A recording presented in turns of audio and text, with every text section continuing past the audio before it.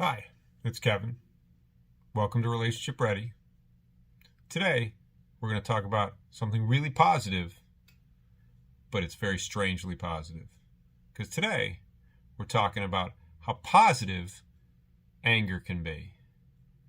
Because anger can be one of the most constructive emotions that we have. It also, as most people are aware, and if you're like, what? No, that's not true. It's also one of the most destructive feelings that we have.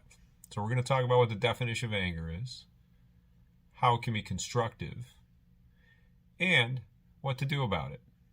How to be able to manage and start to manage and define it, because it's okay to feel angry. And part of what I'm hoping you have in your life already is the permission to be angry.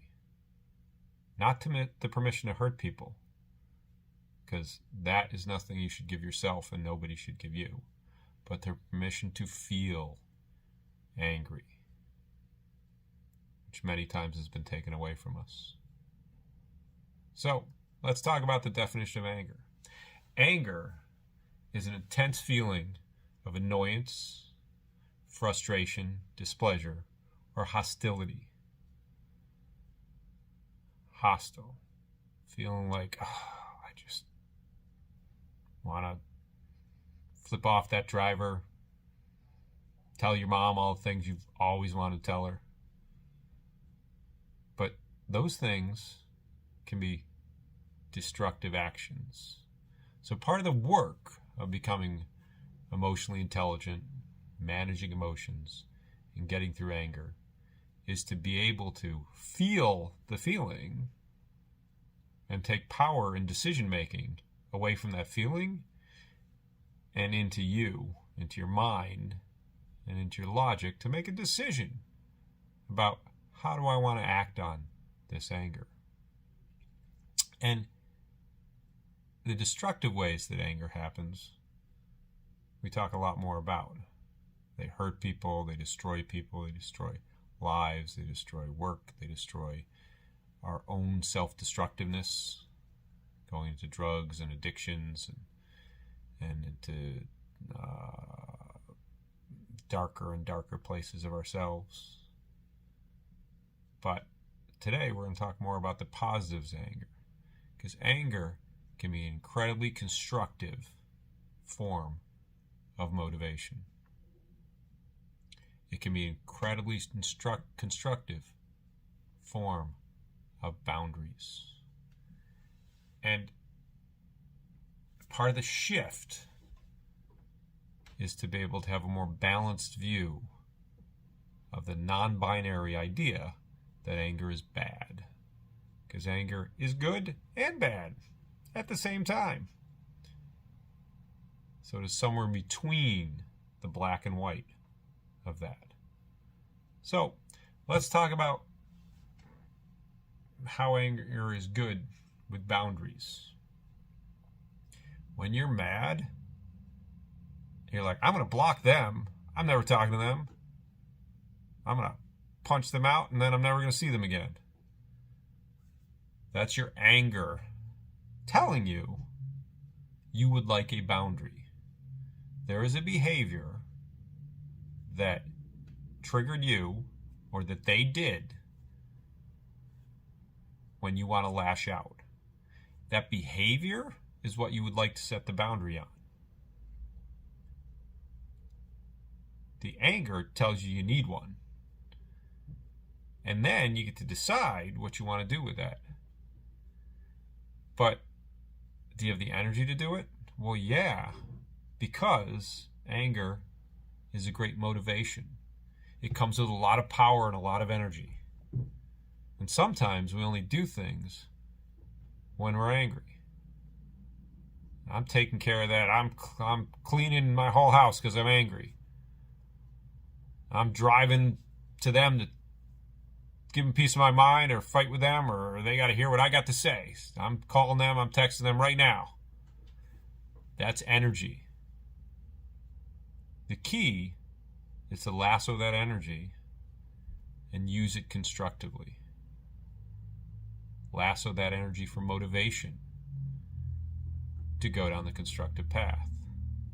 Lasso that energy to create the boundaries, not just in that situation or with that particular person or with your partner, but in how you walk through life, in your lifestyle. Anger is a clue that you either need to reinforce your boundaries or create new ones. And it is the energy to give you the power to do so. So how do we do that? Well, with many feelings, it's the same process. Recognizing and sitting with those feelings first. Because much like anxiety, which is a blanket for many other feelings, anger is also a blanket, a smothering blanket for lots of other feelings also. For hopeless, for helpless, for sadness, for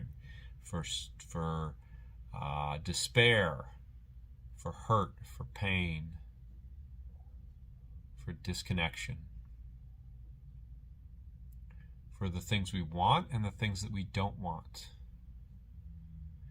Anger is a blanket for the hurt and the pain to tell us and clue us in to the things that we want and to the things we don't want. So if we sit with that feeling of anger and let it go through us, where is it in our body? Where is it in our mind? Where's the energy? What is the color? What is the shape? What is it trying to tell us? It's trying to tell you what you need and what you want. So listen to it and feel those feelings. Don't act. Contain that action till you make a decision with your rational brain, not your limbic emotional brain, for what you need to do. And the answer is always, I need to motivate myself to be more constructive in some way, and I need to set some kind of boundary or reinforce one. Could be a million different ones. It could be, I'm not going to call them right back. It could be, I'm going to tell them how I'm feeling and what I want from them. It could be, I don't feel like I'm being valued in this relationship, and I need you to reassure me that you care about me. Or I need a raise in my job because I'm more valuable. To assert yourself, to ask for it, because that's the solution, is to assert yourself in some way and use that motivation and energy, not in an aggressive way, because that's the anger, but use that anger to build your confidence, to assert yourself, to say, apparently I'm angry because I'm not feeling worthy, or I'm feeling too sad and I want to be happy and I want something to be different. So assert yourself into what that difference can be. And you don't have to do it right away, because there's always more opportunities. You will always be angry again. So allow that till your anger tells you what it is that you need. And if it's confusing, it'll come back around. So what is it this time? Why is it being pushed again? So after the anger waves through you and goes through your body and releases out, or in the not constructive way, you're sucking it back in, it's still there to tap into and go, wait a minute, all right, I'm not in that situation. What do I need to do about it now? So do the behavior that your logical mind tells you to do after the anger flows through you. And then that's when to change your relationship, change the boundaries of your relationship, ask for it to be closer, ask to be farther away, ask for more value, more worth, ask for a space to feel and cry, ask for a space to allow yourself to have more joy and excitement and awe in your relationship.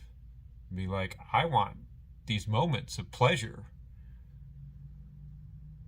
because that's what we all need, and the anger tells us when we're not getting it.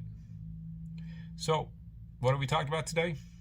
We defined anger, both positive, constructive, and the negative, destructive anger, because the destruction and the positive is in the action, which is the decision you make after the anger goes through you. And hopefully, throughout this, I've created, and hopefully we have created together, some space to give yourself some permission to be able to feel the anger that you feel. Not permission to act on it, but hopefully you can take from this the permission that you give yourself to feel the anger that you feel and the feelings underneath it, because those are okay. And make your decisions about what you want to do with it. Use the motivation, use the energy, and create the boundaries that you need. So, how do you want to handle your anger? What boundaries do you want to set? What feelings do you want to work through to make your life much better? And to motivate and set those boundaries so that in a day, in a week, in a year, your life is more happy than angry. And you've worked through some of that anger, let it out of you instead of allowing it to be toxic, and become more present for you and your relationships so you can be more relationship ready.